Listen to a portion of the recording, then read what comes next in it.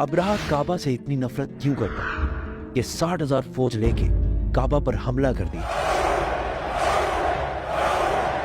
क्योंकि काबा पूरे अरब के लिए सबसे मुकद्दस जगह बन चुकी थी। पूरे अरब से लोग मक्का इबादत के लिए आते थे, जिससे चंद लोग बहुत पैसा कमा रहे थे। अब्राहा को इस बात से बहुत गुस्सा आता था कि ये गरीब मक्का वाले, ना इनका कोई बादशाह है, ना कोई गवर्नमेंट है, ये क्यों पूरे अरब का सेंटर बन चुके हैं। तो उसने हमले से पहले अपनी सल्तनत यमन के कैपिटल सना में एक बहुत बड़ा चर्च बनाया ताकि लोग काबा को छोड़कर उसके पास आए।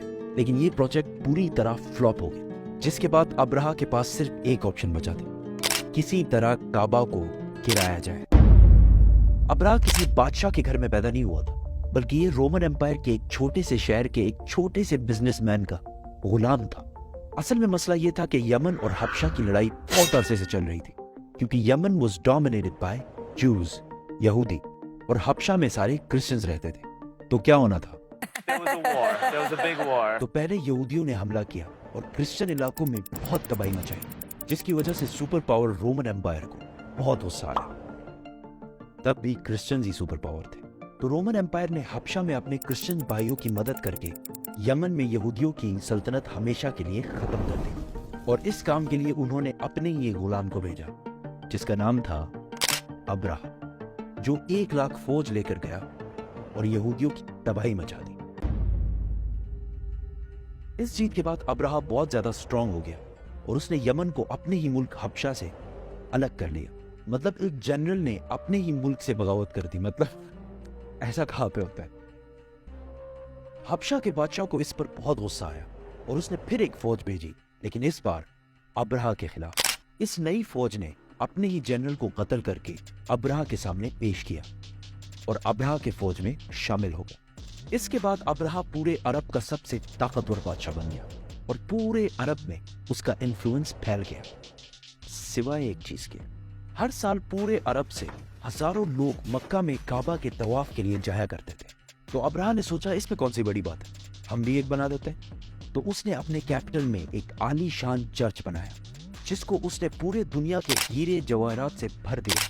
ये बिल्डिंग पूरे अरब में सबसे खूबसूरत और आलीशान बिल्डिंग थी।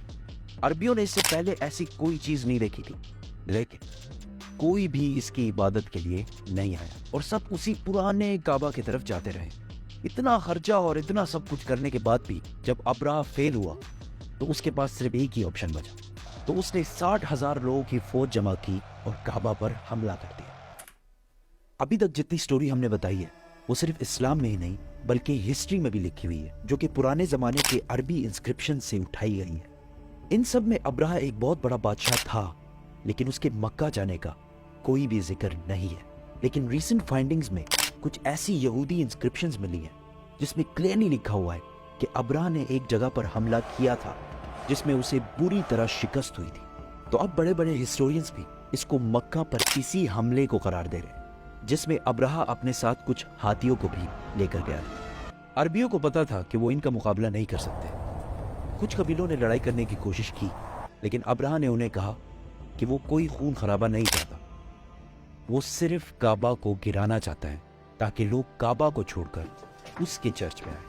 आसपास सब लूटने के बाद जब वो मक्का पहुंचा, तो उसने उनके चीफ को बुलाया। तो अब्दुल मुतलिब ने आकर कहा कि आपने मेरे कुछ ऊंट कब्जा किए हैं, वो मुझे वापस कर दें। तो अब्राहा ने हंस कर कहा कि मुझे तो लगा तुम बहुत बहादुर शख्स होगे, तुम्हें तो अपने ऊंटों की टेंशन है। तो अब्दुल मुतलिब ने कहा कि मैं सिर्फ अपने ऊंटों का मालिक हूँ, इस घर का जो मालिक है वो जाने और तुम जानो। लेकिन इतना मैं बता दूं, आज तक कोई भी इस घर को नुकसान नहीं पहुंचा पाया। अल्लाह। अगले दिन अब्राहा ने अपनी फौज को हमले का हुक्म दिया, लेकिन उसका हाथी रुक गया और बहुत कोशिश के बाद भी वो नहीं हिला। उसी वक्त आसमान से कुछ परिंदे आए और हर एक के मुंह में एक पत्थर था। ये ऐसे परिंदे थे कि उस दिन से पहले ना इन्हें कभी किसी ने देखा और ना उस दिन के बाद, और वो अब्राहा की फौज के लोगों को टारगेट कर करके मार रहे थे। अब इसको बहुत सारे हिस्टोरियंस ने स्मॉल पॉक्स की एक एक्सट्रीम किस्म का है, क्योंकि जैसे ही पत्थर इनके जिस्म को लगता था तो वो खारिश कर करके अपने ही गोश्त को निकाल देते, हत्ता कि कुछ लोगों की हड्डियां तक नजर आने लगी। इस हालत में ये फौज वापस भागी اور ابرہہ کی 60,000 کی فوج تباہ و برباد ہو گئی۔ مکہ کے قریش کی یہ جیت پورے عرب میں پھیل گئی اور قریش عرب کے نئے بادشاہ کے طور پر سامنے آئے۔ اس واقعے کے بعد پورے عرب سے لاکھوں لوگ کعبہ کے طواف کے لیے اور بھی آنے لگے اور مکہ میں ہر سال اوقاز کا عظیم الشان میلہ سجنے لگا۔ مکہ والوں کی دولت ڈبل ٹرپل آسمان سے باتیں کرنے لگی۔ لیکن اسی سال اچانک ایک دن ایران کے سب سے بڑے ٹیمپل میں جو آگ سالوں سے جل رہی تھی بجھ گئی، اور اسی دن مکہ میں ایک یتیم بچہ پیدا ہوا جس کا نام تھا محمد۔